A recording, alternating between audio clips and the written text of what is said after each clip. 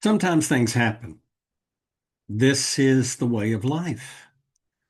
You wish that you could do things on a consistent basis, and we will be talking about that in today's podcast episode. But first, by want of an explanation coupled with a small apology, I want to tell you that the reason why this particular episode of Resolve to Live Forward came when it did, which was the middle of the week following when it was supposed to have been published. The reason was quite simply I was under the weather. I contracted the flu, or so it seems. I had something like the flu. At this stage of my life, with the weather here in Florida in recent weeks being surprisingly colder than normal, and all of the things that I like to do where I'm involved and engaged with the public, with community, with people, with friends, with family, with my house of faith, and especially with my Toastmasters friends. Sometimes you run up against situations where you just never know you're going to collect something. I hope and pray I didn't cause someone else to get ill, but one thing is for certain. I spent the better part of last week leading up to Valentine's Day weekend pretty much in bed. Thankfully, I am better. I'm not 100%. Maybe you can detect it in the voice. There's still a lot going on in this area here. But it is what it is. And in the day that we live, we just have to really keep a close watch on our physical welfare. Where do we go? What do we come in contact with? How are we feeding ourselves in terms of appropriate nourishment? What are we doing to make sure that we are adequately caring for our personal needs while not neglecting the needs of those in our lives that matter? And believe me when I tell you, there were some things that I missed out on, and I deeply regret it. But I think the alternative would have been worse. If I were publicly in the presence, for example, of my granddaughters, I may have posed to them a physical harm by virtue of being a carrier. These are the things that we do. These are the situations that we confront. We hope they are few and far between. By the way, welcome to Resolve to Live Forward, the podcast. I'm John Morrow. Our podcast through the hosting platform Buzzsprout is furnished across multiple podcasting platforms, notably Spotify and the Apple iTunes store. And I'm excited about perhaps Buzzsprout adding additional podcast platforms. Podcasts are readily available. I thank you for watching. Those of you that are catching me on YouTube, because I do publish this on my YouTube channel. And I thank you for listening. Those of you that are following on the audio version of this particular podcast. Resolve to Live Forward is a podcast that is foundationally based upon a power word, resolve, Resolve, and the seven behaviors. We've been talking about those seven behaviors. Before I go into what I call the middle letter of resolve, and a very important letter, especially to someone like me, but it could also be important to you. I do want to remind you that you can contact me at johnmorrowcoaching@gmail.com. johnmorrowcoaching@gmail.com. I appreciate your feedback. I appreciate your contacts. I'm also on Facebook and on LinkedIn. Welcome. We have a few minutes here to talk. As I first of all make a couple of quick adjustments here on my computer to create some timing mechanisms for about the next 15 minutes, I want to touch on the middle letter in resolve, that big O, not zero, O as in organization. Here's the truth about me. Over the course of my life, organization has been more often than not the bane of my existence.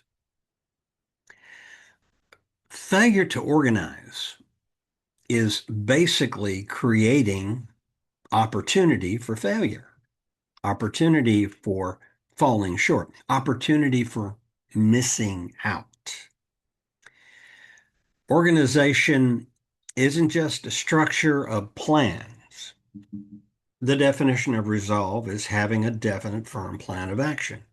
Having a definite, firm plan of action. That sounds like intentionality. That sounds like I have an end in mind each and every single day. Now, if I'm being completely truthful, some days are much more difficult than others. Some days you really want to spend less time in a structure and more time just sort of, how do you say, gliding through the day, because life sometimes wears you out. It makes you weary. And perhaps not just physically, but more so mentally.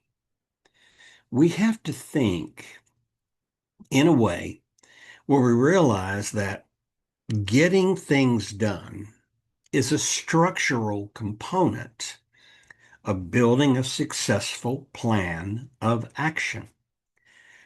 That intentionality is whatever mechanism you use, whether digital or, as I like to say, written, you have something that gives you direction. Now, I use both writing as well as digital calendar work.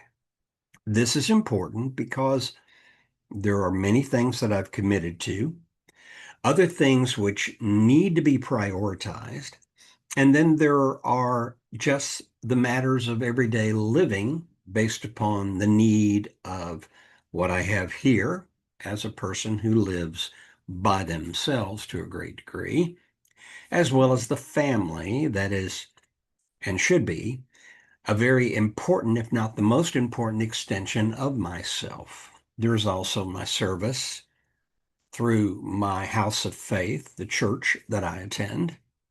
There are a myriad of things taking place. If you don't write them down and have them where you can readily remember them, you will forget them. And when you forget them, that creates potential problems. So, why am I saying all of this? The process of organization comes to some people much easier than to others because of how they're wired. I've not always been good with organization. I'm still not that great with organization. But I do have some things I want to share with you right now about organization as it relates to the definition of resolve, which is to have a definite, firm plan of action. Organizational skill statement. I create order so my energy goes where it matters the most. I repeat, I create order so my energy goes where it matters the most. That immediately comes to the issue of spinning your wheels and realizing after you've been spinning your wheels for a while that you haven't accomplished anything and you haven't made any specific, definite forward mobility. So the personal practice is for the individual that creates order so that the energy goes toward the things that matters include: one, managing one's calendar before the calendar winds up managing us, or it becomes an afterthought. Simplify commitments that no longer align with my values. Let's pause for a second here. I concede They will live in a world where everybody has different sets of values. There are values we have in common with each other, and then there are values which are markedly different. But the values are still your values, and they have meaningfulness to you and to the people whose lives you're trying to impact. Also, they have meaning for the people who look at you as someone that they care for very, very much, and they understand your values and they respect them. But when you align yourself with your values, what you're basically doing is you're letting your commitments be focused on the values that you practice. Where do you want to put your best practices to work? You want to put them in a place where they're working to foster the values that you believe in and to adequately serve and be meaningful to the people who you're committed to in your life and who have committed themselves to you. Another personal best practice is creating routines that support health, focus, and follow through. Follow through is where I have to still do the most amount of work. Health, as I have grown older, has become all the more important because when you're in an advanced age, health becomes something that is not just tied to how you take care of yourself across the full spectrum, but there is that issue of the fact that we were not designed to maintain being physically robust. We eventually wear out. But there's an interesting word that falls between supporting my health and working on my follow through, and that is focus. Focus is an interesting word. When you are at my age, and I discovered that I needed to see a doctor about my eyes, that was because I was finding focus much, much more difficult, particularly as it related to reading, things like this. So finally, I broke down and I went to an optometrist.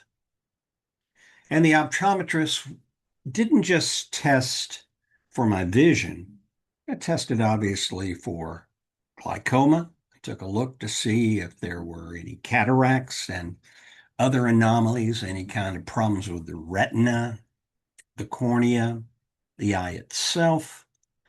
But in doing the visual test, where I had to read letters on a wall, there was clearly a problem. When I got my glasses now, I've lost track of time. I do know that back in the day when I got my first pair of glasses, progressive lenses were still relatively new. I'd heard of them. It sounded to me like if I was going to wear glasses and I needed to have more than one kind of vision, depending upon whether I was looking at a distance or looking up close. In the past, bifocals had been the structure. But imagine trifocals. It was found that actually in my visual spectrum, there were three areas of need. Everything blurred. Although distance was the thing I could see the best, the distance in an intermediate sense, for example, looking at this laptop right now, as well as the distance needed to be able to read up close. These were things which needed help, needed an aid. So I chose progressive lenses, and they were three different powers. And I had to learn to wear my glasses so that I knew that the lower part of the lens was for reading. The middle part of the lens was for distance here in a situation such as this, where I'm sitting across from someone or looking at my laptop. And then, of course, for the visual length distance, which was optimal when I'm driving or walking out in a large area and I want to see off in the distance. This is all part of how I needed focus. Of course, over the course of the years that I've been wearing glasses, I've also had to have my prescription, as they call it, the lenses adjusted. My eyesight is not getting better. There is constantly the need to increase the effectiveness of the lenses, but the principal focal desire is focus. And focus is very important. So, routines, thinking of it in that perspective, can be those things that are part of daily behaviors that focus on what is best for you in your health, your profession, your relationships, and in follow up and follow through and completing tasks and being able to see and do the things that are important. Organization also has to do with the reduction of clutter, and that clutter isn't just physical clutter. There is the elimination of mental and emotional clutter. I'm going to save the emotional for last because mental and emotional sort of intersect with each other quite a bit. From physical clutter, over the course of the last well over 6.5 years since my wife Donna passed away in 2019, one of the things that I have been doing is I have been, as I call it, it's my term and it's specific to me. It's not for anybody else, and I'm not asking you to judge it. I'm downsizing. And by downsizing, I'm simply decluttering. I have been going through the process of eliminating things that simply don't need to be there, eliminating things that really have no specific personal intrinsic value to me, but at the same time making sure that I have an optimal setup in my home, in my wardrobe, in my library that allows me to be able to be productive and to care for myself and also care for three feline friends that are a part of my family, my three cats. All of this involves getting rid of stuff. But make no mistake about it, there's some things, some stuff, as you would call it, that is very personal and precious to me. So I will tell you that there are things which I have kept, not because I use them. I keep them because they're meaningful. They are a connection to a person, my wife, who was the most important part of my life. And they are also connected to family and loved ones that are very much important to my life, as well as things which I think have great value because they represent accomplishments in my life.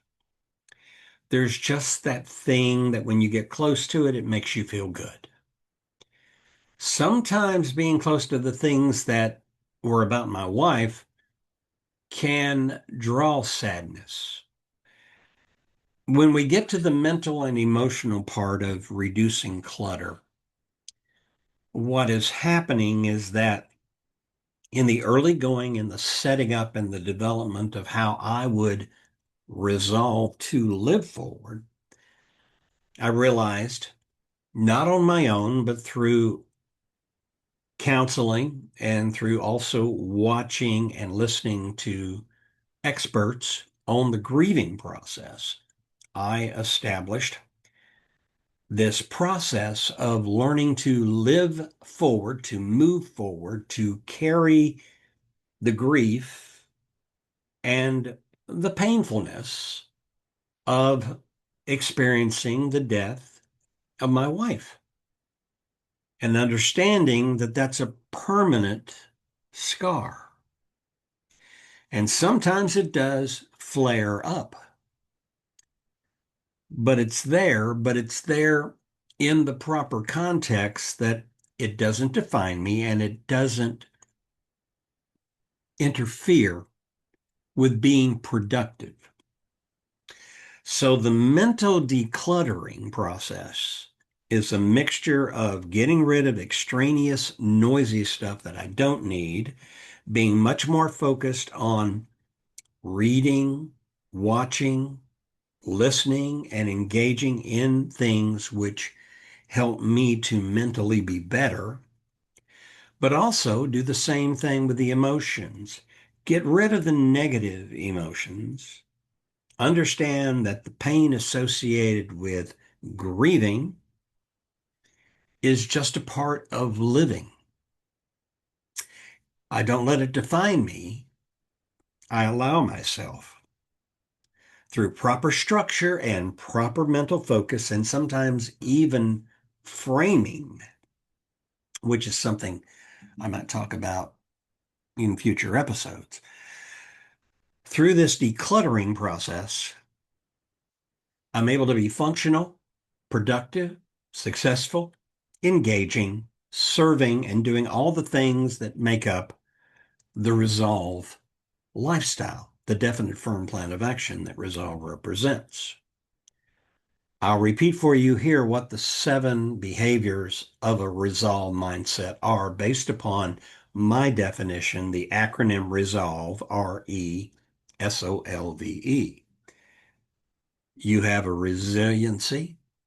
You engage on all opportunities, including being willing to potentially engage the unexpected. You serve, and you serve certainly not just your needs, but more importantly, you serve with the idea of giving something and helping someone else. And help. Serving is a selfless behavior. It should be a selfless behavior, and it should be done with a great deal of personal satisfaction because you're helping others. Organization, which is what we're talking about today, is a behavioral trait that has to do with every aspect of making sure that you get the most out of each and every single day to the fullest possible extent, barring any unforeseen circumstances that would hinder that, like being sick last week. Then there is the letter L. In this entire process, across the board, learning. Learning is life-giving, but learning is also helping to better accomplish the other things that make up the behavior of having a resolve mindset. Nothing in visualization has to do with being esoteric.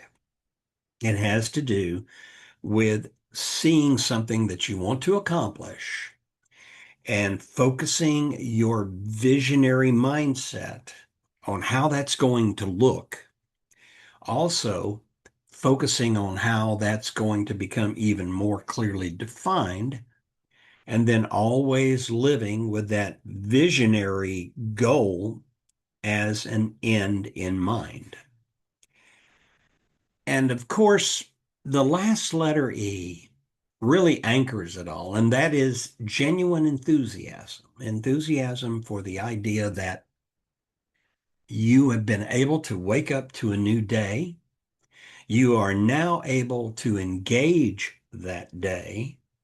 You may have a plan already placed for that day, but the key is everything about having that opportunity should fire your enthusiasm and make you push forward. So the last phrase I'll say, the living forward truth in all of this, is that if you're not organized, you're setting yourself up for chaos and failure. Deorganization is actually leakage because things that you could be doing and things that could benefit you, you're missing out on, and they're seeping away from you because you don't have clearly defined expectations and goals. That's organization.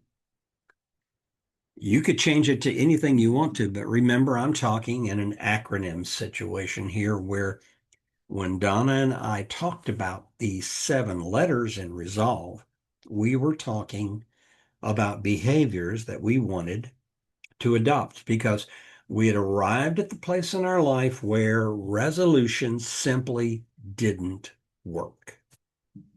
And we were moving in the direction where we wanted to do things which resulted in positive, proactive development, growth, and personal success.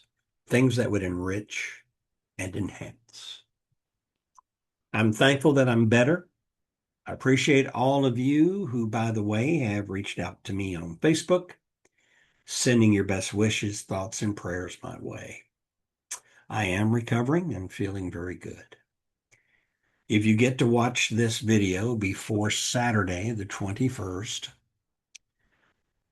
I will go ahead and tell you that this Saturday I will be speaking on a TEDx stage in Lake Alfred, Florida, and I'll be presenting my speech entitled Living Forward is a Choice. And it will be a 10-minute presentation about the journey that I had to choose to make in order to be able to have experienced all the things that I have experienced subsequent to the death of my wife in 2019. I'll just leave you with this quick fact. Sometimes grieving and what to do with something that is more devastating than anything you've ever experienced in life as it relates to the loss of a loved one. Sometimes the choice comes down basically to two choices. First choice seems easy. Just give up, quit, wait to die. Sounds morbid, but the truth is there are a lot of people that don't see a purpose in continuing to do anything. So they just hopefully die sooner rather than later. And then there are those of us who, with the right kind of counseling, the right kind of community, with the right kind of family and friends and other things going on, we make a decision that we're still here. And if we're still here, that means there's something meaningful coming. So we choose to live forward.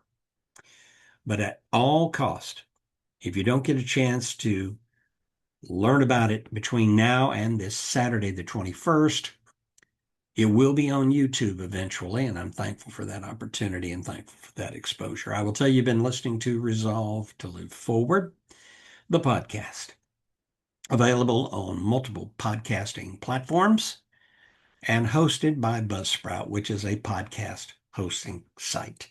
In particular, you may be watching it on Spotify or on the Apple iTunes store, but thank you for listening and watching. And also, I have this on YouTube, and it will be going up on YouTube. And by the time you're watching it, you will know that it's been produced and that it's a bit late because it should have gone out last Friday, which means if I do everything according to plan, I should be producing and publishing and sending out in just 2 more days the next edition of this particular podcast. And I hope you'll be looking for that.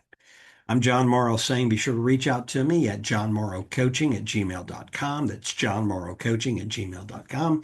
I look forward to hearing from you. But until then, let me just tell you, thank you as always for what you're doing, for the fact that you're here with me. And above all else, no matter what, please, every day, choose live forward. Live forward because living forward always creates momentum, excitement, opportunity, and personal success. So long for now.